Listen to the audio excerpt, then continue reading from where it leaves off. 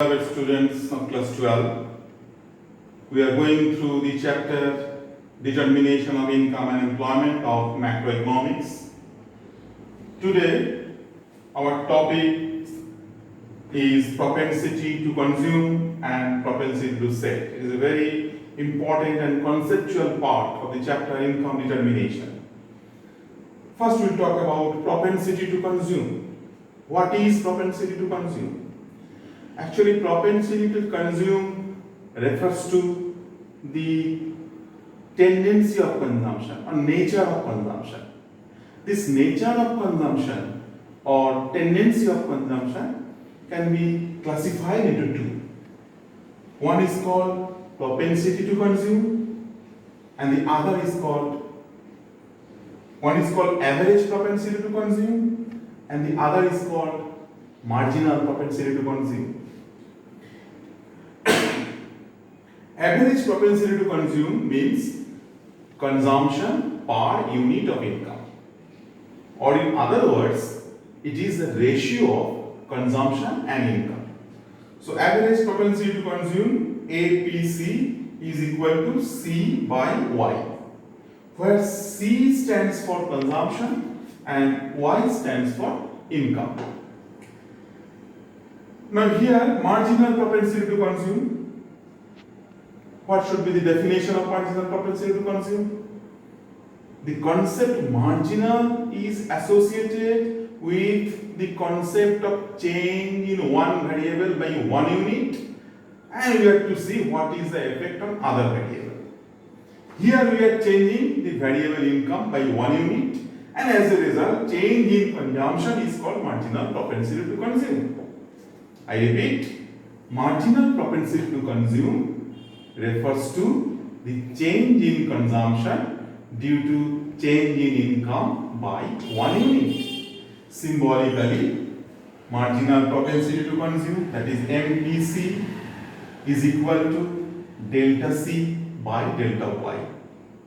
Delta C stands for change in consumption, delta Y stands for change in income. So MPC is actually the ratio of delta C and delta Y. Now come to propensity to save, concept of propensity to save. What is propensity to save? Propensity to save refers to the nature of savings or tendency of savings.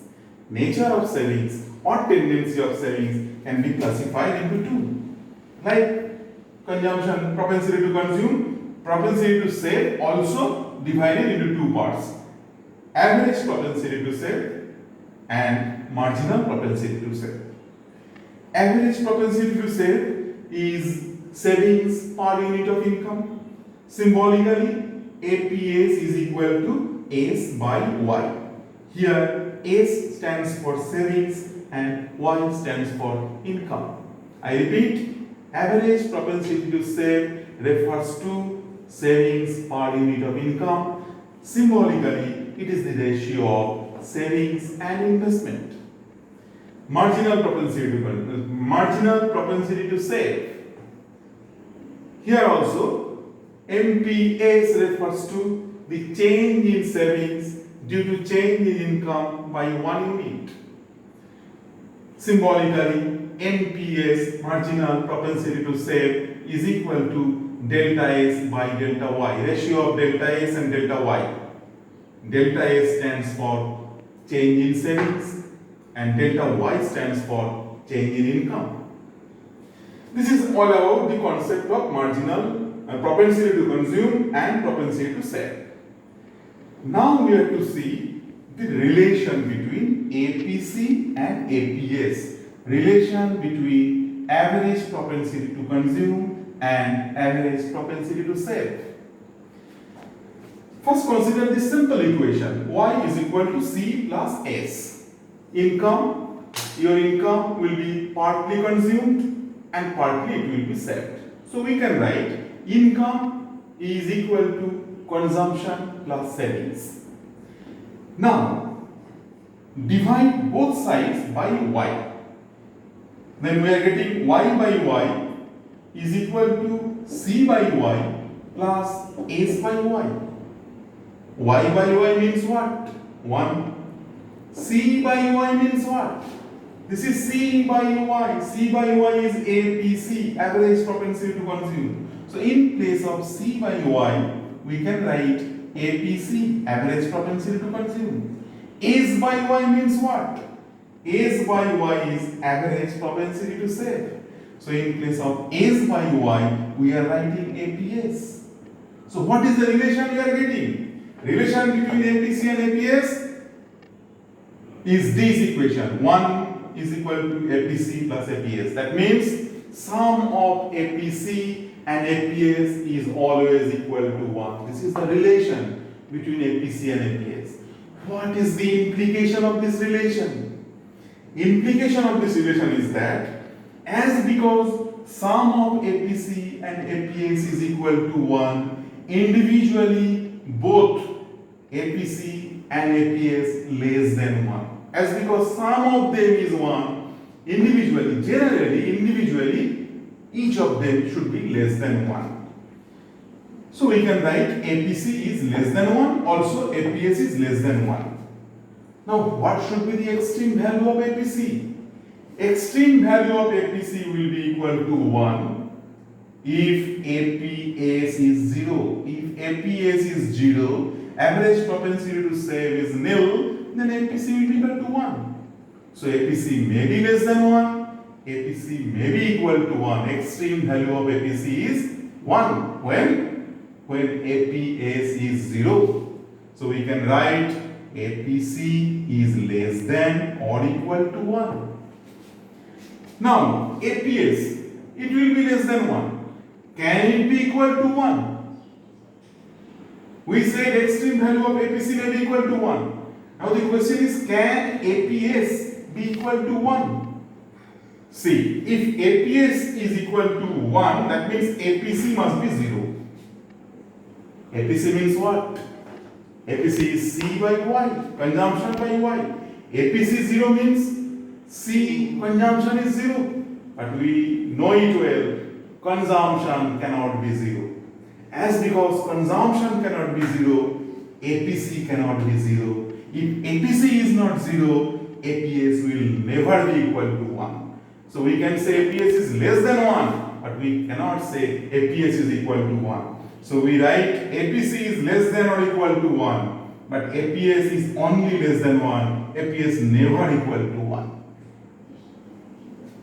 So the relation between APC and APS and its implication. Now consider the relation between MPC and MPS. If Y is equal to C plus S, we can write delta Y is equal to delta C plus delta S. Any change in your income, due to any change in your income, there will be some change in your consumption, there will be some change in your savings. So we can write change in income is equal to change in consumption plus change in savings. Delta Y is equal to delta C plus delta S. Now divide both sides by delta Y.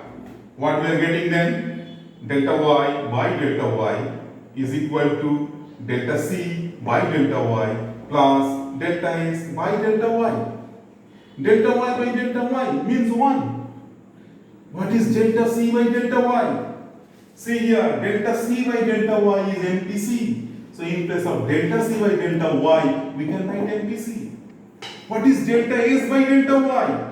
Delta S by delta Y is equal to MPS. So in place of delta S by delta Y, we can write MPS. And we are getting the relation. We are getting the relation between MPC and MPS. What is that? MPC plus MPS must be equal to 1. This is the relation. Always sum of MPC and MPS is equal to 1. Now what is implication? Implication is if sum of them is equal to 1, individually both are less than 1. Generally it happens. MPC is less than 1, MPS is less than 1. Now MPC's extreme value will be equal to 1 if MPS is 0. MPS may be 0. Delta S by delta Y may be 0. Then MPC will be equal to 1. So we can write MPC is less than or equal to 1. Now, MPS, extreme value of MPS will be equal to 1 when MPC is 0. Now the question is, can MPC be 0? We said APC cannot be 0. APC is C by Y, C cannot be 0. APC cannot be 0. Now the question is, can MPC be 0? MPC is equal to delta C by delta Y. Change in consumption by change in income. Change in consumption may be 0. Your income is increasing and your consumption is not increasing. It may happen. So if your consumption is not increasing, delta C may be 0. So APC cannot be 0, but MPC may be 0, delta C may be 0. There may be no change in consumption. So when MPC is 0, MPS will be equal to 1. Similarly, when MPS is 0, MPC will be equal to 1. So both MPC and MPS will be less than or equal to 1. At last, we will consider the relation between APC and MPC. Average propensity to consume and marginal propensity to consume. We know it well. When total variable increases at an increasing rate, what happens to marginal and average? Consumption is increasing initially at a decreasing rate. So when consumption is increasing at a decreasing rate, then because consumption is increasing at a decreasing rate, marginal will fall, average will also fall. Relation number 1. Average and marginal both will fall. Why? Because total consumption is increasing at a decreasing rate. And when both are falling, average APC, average propensity to consume, is always greater than MPC. Why? Because MPC depends upon one unit. Consumption increases at a decreasing rate. That decreased rate is immediately reflected by MPC because MPC depends upon one unit. But that decreased rate will not be immediately reflected by APC because APC is not depending upon entire unit. Not depending upon one unit, APC depending upon entire unit. So APC will be higher than MPC. I repeat, relation between APC and MPC. Both are falling and APC is greater than MPC. Here, relation between APS and MPS. Savings, total savings increases at an increasing rate. When total increases at an increasing rate, both marginal and average rises. But here, MPC, marginal, MPC will be greater than average propensity to consume. Why? Total savings increasing at an increasing rate. And that increased rate will be immediately reflected by MPC because MPC depends upon one unit. But that increased rate will not be immediately reflected by APS because APS is not depending upon one unit. APS depends upon entire unit. For this reason, when both are rising, APS and MPS, MPS is greater than APS. So, entire discussion in brief is that relation between APC and APS is that sum of APC and APS is equal to 1. Relation between MPC and MPS, sum of MPC and MPS is equal to 1. Relation between APC and MPC, both are falling, but when both are falling, APC is greater than MPC. Relation between APS and MPS, both are rising. When both are rising, MPS is greater than APS. This is all about propensity to consume and propensity to save. Very conceptual chapter. Go through it, and when you will start numerical parts of this chapter, that will be very much helpful if you have this concept. This much today. Thank you.